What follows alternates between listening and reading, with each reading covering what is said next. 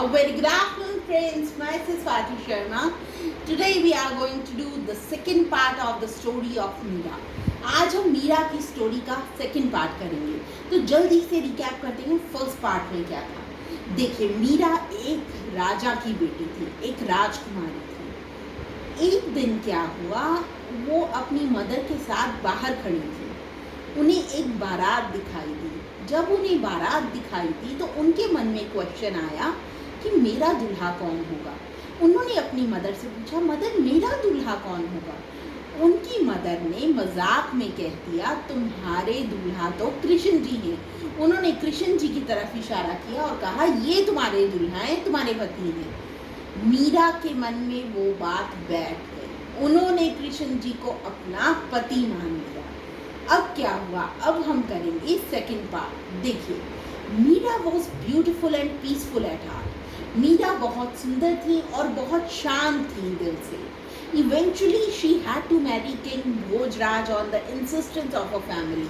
देखिए, वो कृष्ण जी को अपना पति मान चुकी थी, लेकिन क्योंकि उनकी फैमिली ने इंसिस्ट किया. इंसिस्ट करना क्या होता है, किसी पे किसी चीज़ के लिए दबाव डालना.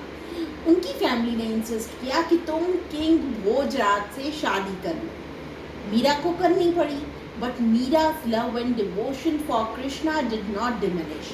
लेकिन शादी के बाद भी मीरा का जो प्यार था और डिवोशन थी कृष्ण जी के प्रति, वो डिमिनिश नहीं हुई, मतलब कम नहीं हुई. Meera made a routine of visiting the temple of Lord Krishna after completing her daily chores at her in-laws and used to worship her Lord there. अब क्या होता था, मीरा जब अब शादी करके अपने इन-लॉज के घर गई तो वहाँ पे उन्होंने अपना रूटीन क्या बना लिया, वो डेली शोर्स करती थी. मतलब घर के जो कामकाज होते हैं, रूटीन के जो कामकाज होते हैं, वो करती थी. और उसके बाद वो चली जाती थी लॉर्ड कृष्णा के टेम्पल में उनको वर्शिप करने के लिए, उनकी पूजा करने के लिए. She sang hymns and poems in his praise in her sweet voice. वो हिम्स गाया करती थी. हिम्स क्या होते हैं, भजन. और पोएम्स क्या होती हैं, कविताएं. वो गाया करती थी इन हिज प्रेज. प्रेज क्या होता है, किसी की तारीफ करना. वो भगवान कृष्ण की तारीफ करते हुए उनके लिए भजन गाया करती थी, पोएम्स गाया करती थी.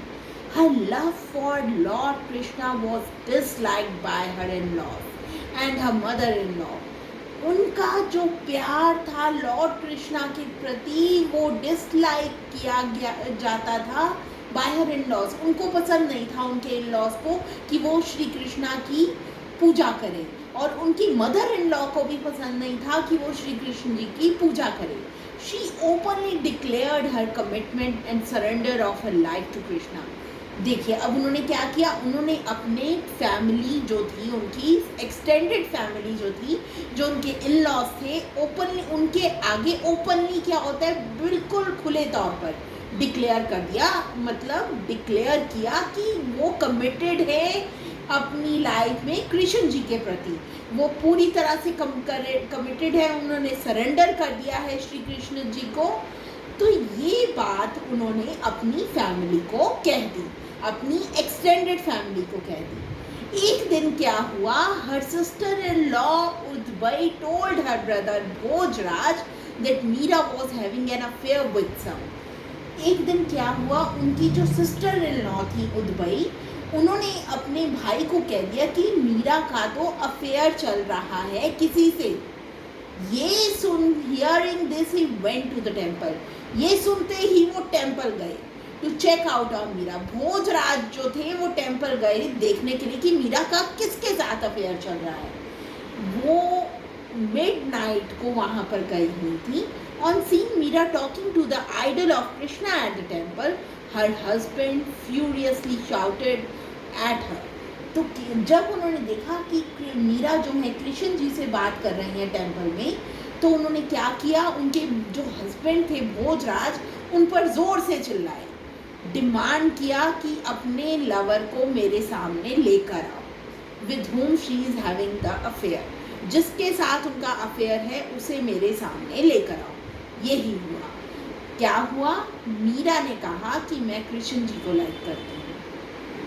So friends, that was the second part of the story. We'll continue with the third part. Thank you.